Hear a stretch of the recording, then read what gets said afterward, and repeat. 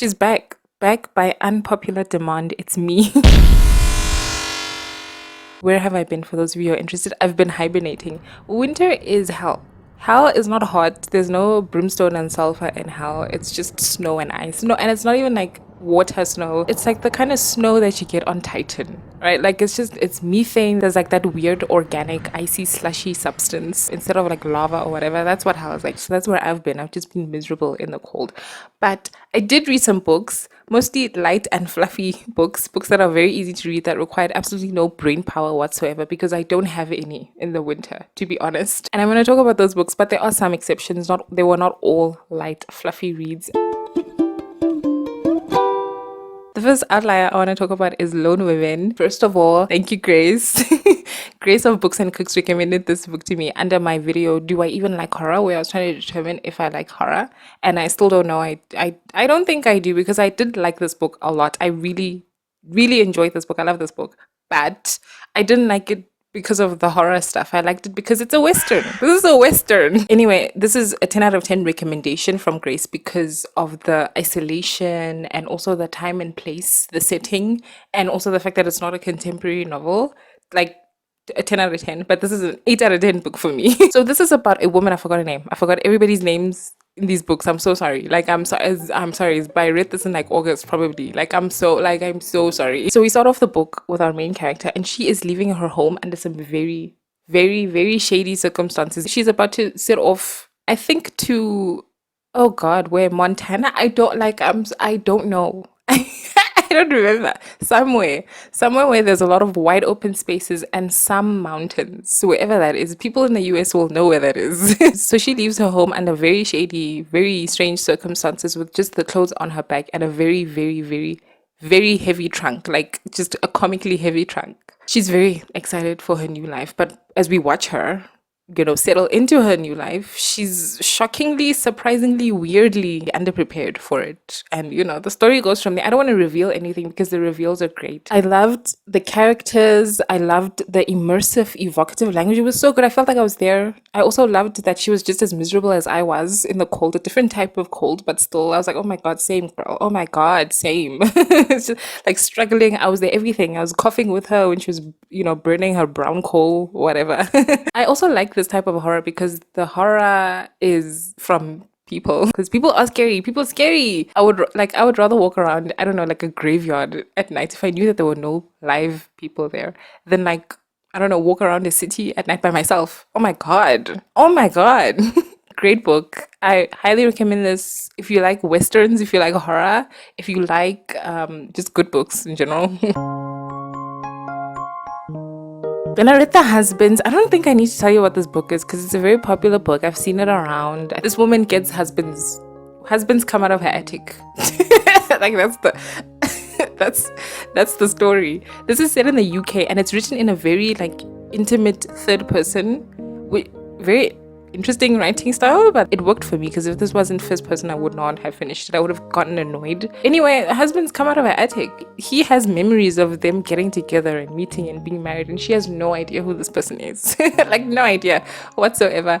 And anytime they walk up the attic, then they disappear and another one walks down. What I would do is I would lock the attic. I understand the first time it happens, because obviously it happens the first time and then you're like, oh, okay, I understand what's happening. And maybe you need it to happen again for it to sink in that husbands are coming out of the attic. But after the second time, hey honey, can you go get this thing from the attic? And then he goes up and I lock it behind them and then I move on with my life. That's not what this lady did in this book. This is basically, I guess, I don't know, an allegory for dating, modern dating, maybe online dating specifically. I don't know. I enjoyed this book. I will say that I did not agree with her choices at all. Of course, obviously, but I don't have the same what's a nice way of putting this? The same drive to be partnered. There we go. As she does, as this lady in this book. So for me, I'm just like, no, thank you. Speaking of husbands, I read This American Ex-Wife. This book I'm reading as a part of a series of books I'm trying to read to try and figure out basically what the hell is going on in the US. A lot of people have had elections this year, some more successful than others, by my metrics, my own personal metrics. Basically, my metric is, are you electing an autocrat? Are you electing human rights violators? Is my metric. And some people failed, unfortunately. But anyway, the US is another country that's having an election this year, and it is baffling to me, like what's happening.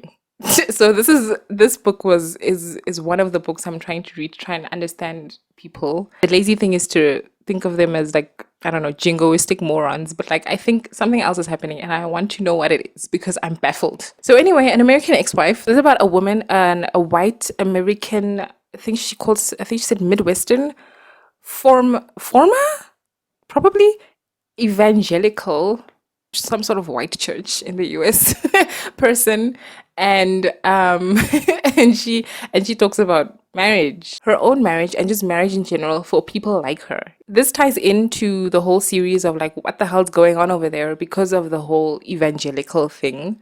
And also it's an insight into the type of women who, saw what happened and are like, yeah, this is my guy. I still like that guy, like this is sort of an insight into that. Anyway, this is part memoir. It's got interviews. She inserts research in there as well. It's about marriage, of course, and like who benefits from marriage. A lot of this, the research and the, musings and the stories of women in marriages and who have left marriages, a lot of it wasn't new to me. I did learn some things, of course. There were flashes of just really passionate writing from this author, just in some of the memoir parts, and just like in her sort of pleading, honestly, in a very understated way for women to like, hey, wake up, like snap out of it, snap out of the fairy tale and rainbows, and like look at things, make decisions with your eyes wide open. I quite enjoyed it. I liked it. I usually am not big on anything biographical, but this worked for me again because of the interviews and the research and stuff. I think if it was just her memoir, her talking about being married and then being divorced, I would not. But anyway, speaking of nonfiction, I read 2 art books. There was one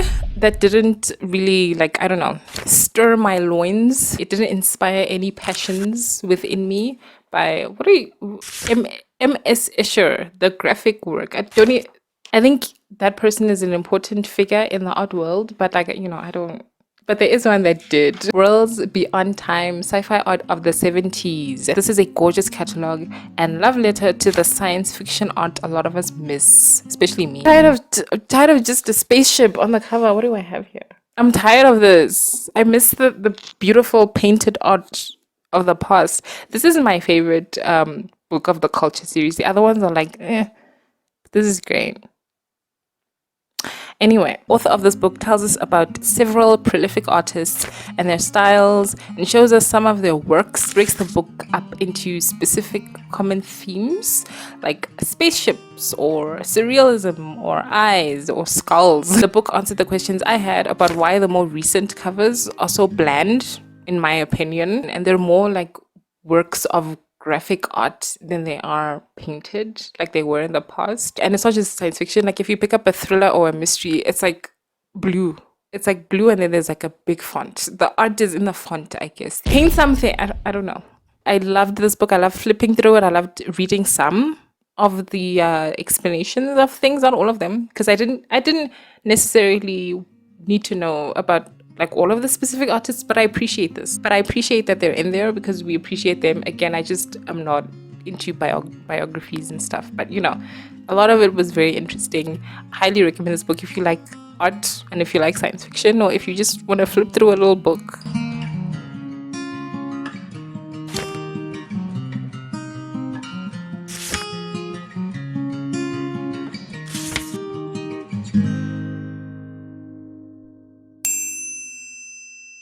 And now to the fantasy books that I read. A Sorceress Comes to Call. Sorceress. I think Kingfisher is one of my favorite authors. Like, it's time for me to accept this. When it comes to fantasy, I don't like her horror stuff. Having tried and not finished one, I don't think her tone, her playful, fun tone works for me in horror. I need horror to be grave, but it works for me in fantasy. A Sorceress Comes to Call is apparently a retelling of some fairy tale. I forgot what. I don't know. I don't know the fairy tale, and that's great for me because light and or dark fairy tales are my favorite type of fantasy. I love this. You will like this book if you liked Tress of the Emerald Sea.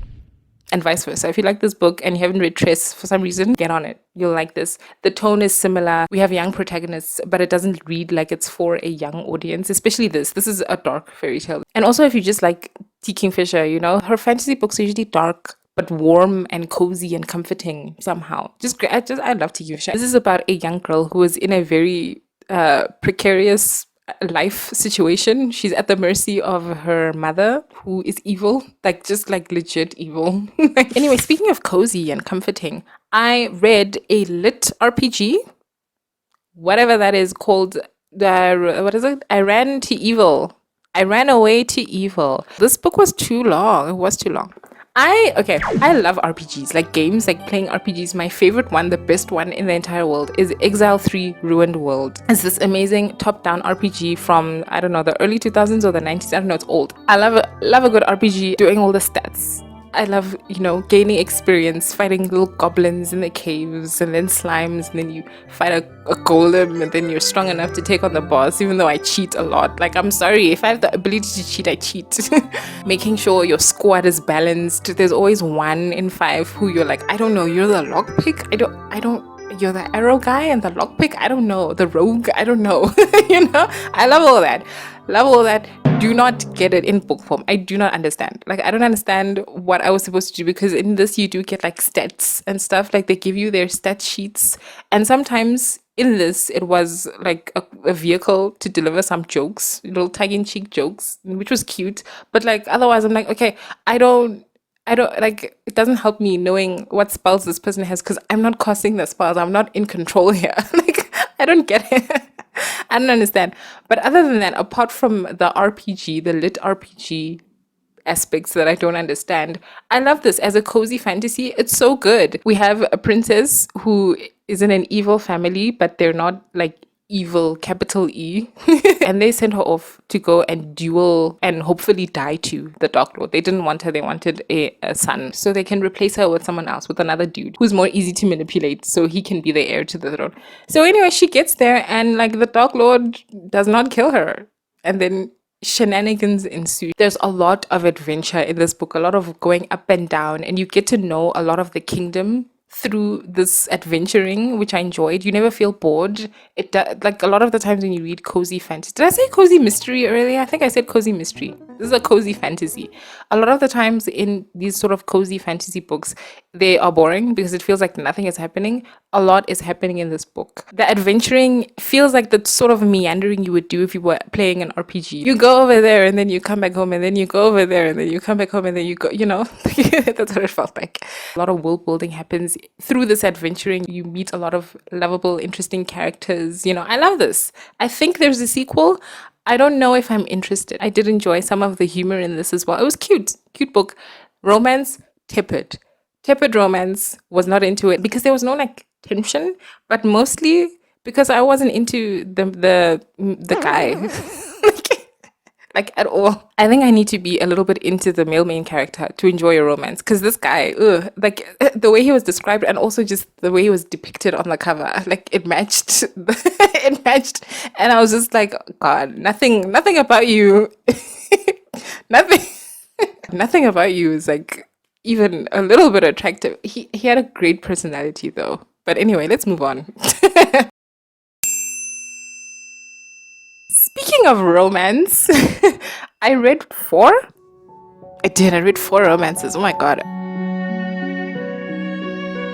The first is Entreat Me. This is an exceptional Beauty and the Beast retelling fantasy romance by the exceptional Grace Draven. Our heroine, our beauty, is a take-charge heroine with a sharp tongue and good sense. Sensible. Oh my god, love that. And our beast is a beast in appearance only, unlike the actual beast in the actual Beauty and the Beast, who sucks. Awful guy. Awful. Terrible. Hot though. The fantasy elements in this were rich, as well as the romance. Like, they were both so good, especially the Grace Draven is so just like good at her job. Anyway, if you liked this, then you will like Bitter Burn by Anne Aguirre. I should learn how to say that lady's surname because she's one of my favorite authors, and I think it's Spanish. I think it's a Spanish surname. I think that's why I struggle with it. The Tinker's Daughter. And this one I read because of Chanel, our favorite Australian gal. She didn't recommend this to me, but she spoke about it on her channel. I was like, I'm gonna read that too. And she said, I don't know if you're gonna enjoy this. And I said, I'm gonna read it. I did enjoy it. Anyway, The Tinker's Daughter, as the cover suggests, this is about a woman, a maiden. The villagers, like trick her and restrain her, and they throw her to the dragon in order to appease him so that he doesn't bother them. Thankfully, the dragon does not eat her, and he's actually kind of sweet. He's very sweet. I like this book, number one, because I read, and what is that Naomi Novak book? I forgot what it was called, but the synopsis of that book, when you read it, it's like, oh, there's a dragon and he's taking maidens, and I was like, oh. And then when you read it, it's like, there's no dragon here, buddy. What dragon? Here there's like an actual dragon. But if you're sitting there like, this is a romance and there's a dragon and a human woman, what's going on there? Well, he shifts out of his dragon form into a normal human form. I love this book a lot. It is a lot like the other book, I Ran Away to Evil, in that there's like a lot of like adventuring and walking around more than I expected. I was pleasantly surprised by it. It didn't meander though as much as the lit RPG did. But then the reveals happened and it sucked the joy out of it because I don't like meta things, but I still enjoyed it a lot. The writing in this is basic, but it's not juvenile as it can be sometimes in like indie published books. I love our main character. All of the heroines in these books that I'm talking about, whether they're romances or not, are like not doormats. They're strong, whatever that is, take charge heroines who are competent. They drive the narrative. Love that. Love all of that. Wish it wasn't what it actually is, but that's me. I wish it could have just been a dragon shifter. Like, that's fine. Just write a book with a dragon shifter. It doesn't have to be a whole, what if they were in a game or whatever. Another fantasy romance, less successful. This was a 7 out of 10, 3.5. Was Spellbound by Heather Guerre. Anyway, this one is a novella, and it starts off with a woman, again, heroine, take charge heroine. She makes a bargain for the safe passage of her village, and in exchange the people who are like, you shall not pass, are like, okay, sure, but you have to come with us. And she gets taken to their village and things are very strange. The thing that I liked about this book was the fantasy elements. I want more of this world. I enjoyed the magic. The romance was gross. Like it grossed me out, I'm not gonna lie, and lacked tension. I think it's because it's a novella, so it happened very quickly. It was like all of a sudden they're kissing and doing other things, and it was like aggressive and disgust, like gross. Like it was just gross. Like ugh. No relationship building. It was all just sexual in a way that was like really off-putting for me. But I do want more of this world, like in a full-length novel, and with a less gross relationship at the center. I don't know how else to put it other than gross. Like that's how I felt reading this. I was like, oh god, ew. Anyway, I kind of have the same complaints and praise for the one sci-fi romance that I did read, and this is I Married a Mothman. This one wasn't gross, but it was also just like no tension, no relationship building, just purely sexual. And also all of the romantic tension was sucked out of the book, sucked out of the room by the author immediately, because she tells the character, the main female character, it's like, hey, this is the love of your life or whatever. And it's like, okay, and she just accepts it, and then that's it. So there's no tension. But what I did like was the story, the other stuff, the sci-fantasy stuff in this.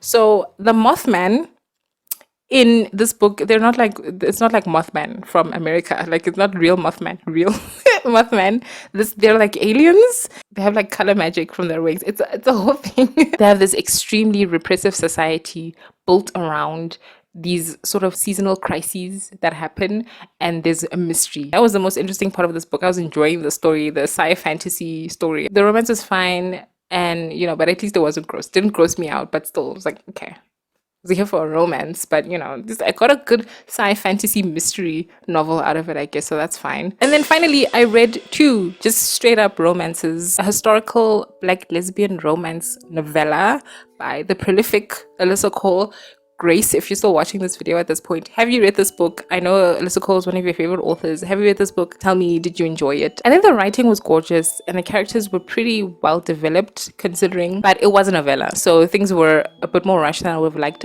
Rushed, but also they felt slow because of the writing. A lot of it is internal. The character development is like internal musings and, you know, delivered through Alyssa Cole's writing. Most of the time, again, I found it gorgeous, but sometimes I was like, okay, get to it, girl, like, let's get to it. But, you know, pretty good. I would recommend this book.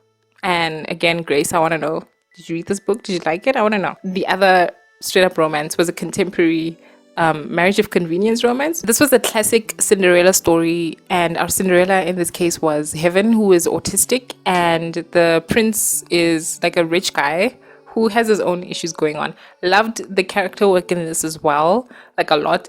I loved also the third act breakup, which which is a weird thing to like, but I liked it because it felt earned because of the character stuff. Pretty good book. The prince in question, again, he has his own issues, but he's not a meanie. He's very nice to our Cinderella, which I appreciate. I would recommend this book also. The girls, the romance girlies, they love some good groveling or whatever, and it was, you know, pretty decent in this, so you'll love that. Love a good Cinderella story. Who doesn't love a good Cinderella story?